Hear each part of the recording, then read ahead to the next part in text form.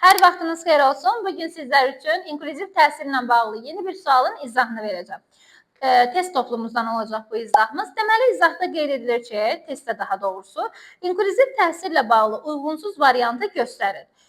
Deməli, uyğunsuz variant budur ki, doğrunun qarşısında yanlış olanı seçəcəksiniz, yanlışın qarşısında isə doğru olanı seçməlisiniz.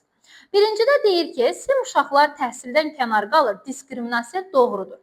Bəli, əgər təhsildən kənarda qalma deyirsə diskriminasiyadır.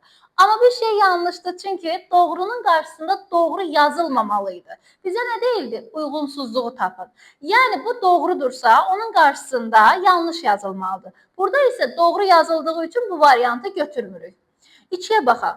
Uşaqlar fiziki tərbiyə, təsviri sənət, musiqi məşğələsində iştirak edirlər, nöqtəvi daxil olma. Qarşısında yazılıb yanlış. Bəli, bu yanlışdır. Bu variantı da götürməyəcəksiniz. Çünki məşğələ sözü varsa hissəvi daxil olmalıdır. Amma ayrı-ayrı tədbirlər, ayrı-ayrı bayramlarda iştirak varsa bu olacaq nöqtəvi daxil olma. Ona görə 2-ni də götürmürük. Çünki birinci tərəfdə yanlışdır, qarşısında da yanlış yazılır. 3-ə baxaq. Sağlıq imkanı məhdud uşaqlar bütün günü həyata keçirilən bütün məşğələyə daxil olur, hissəvi daxil olma. Qarşısında da yazılıb doğru. Biz bu variantı götürəcəyik. Niyə? Baxın, bütün məşğələlərdə, bütün tədbirlərdə iştirak etmək tam daxil olmalıdır. Hissəvi daxil olmaq deyil.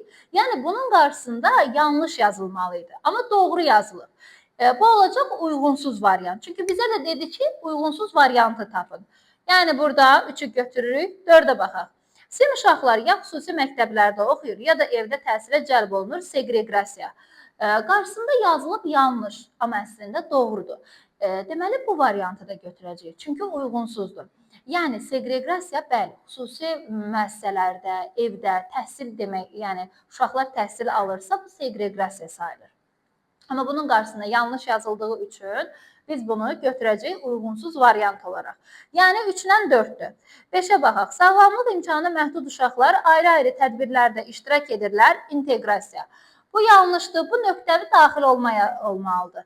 Elə qarşısında da yanlış yazıldığı üçün bunlar uyğunsuz deyil, yəni uyğundur. Birinci tərəfdə yanlışdır, qarşısında da yanlış yazılıb. Ona görə bu variantı götürə bilmirik.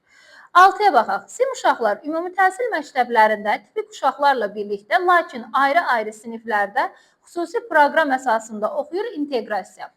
Bəli, inteqrasiya eyni müəssisə, fərqli siniflərdir. Bu doğrudur və qarşısında da doğru yazıldığı üçün bu da uyğundur. Ona görə də biz bu variantı da götürə bilməyəcəyik. Çünki bizə şərtdə nə demişdi? Uyğunsuz olanı tapın. Uyğunsuz olanlar hansılar oldu? 3-dən 4. Deməli, cavabımız burada olacaq 3-dən 4. Yəni D variantı olacaq.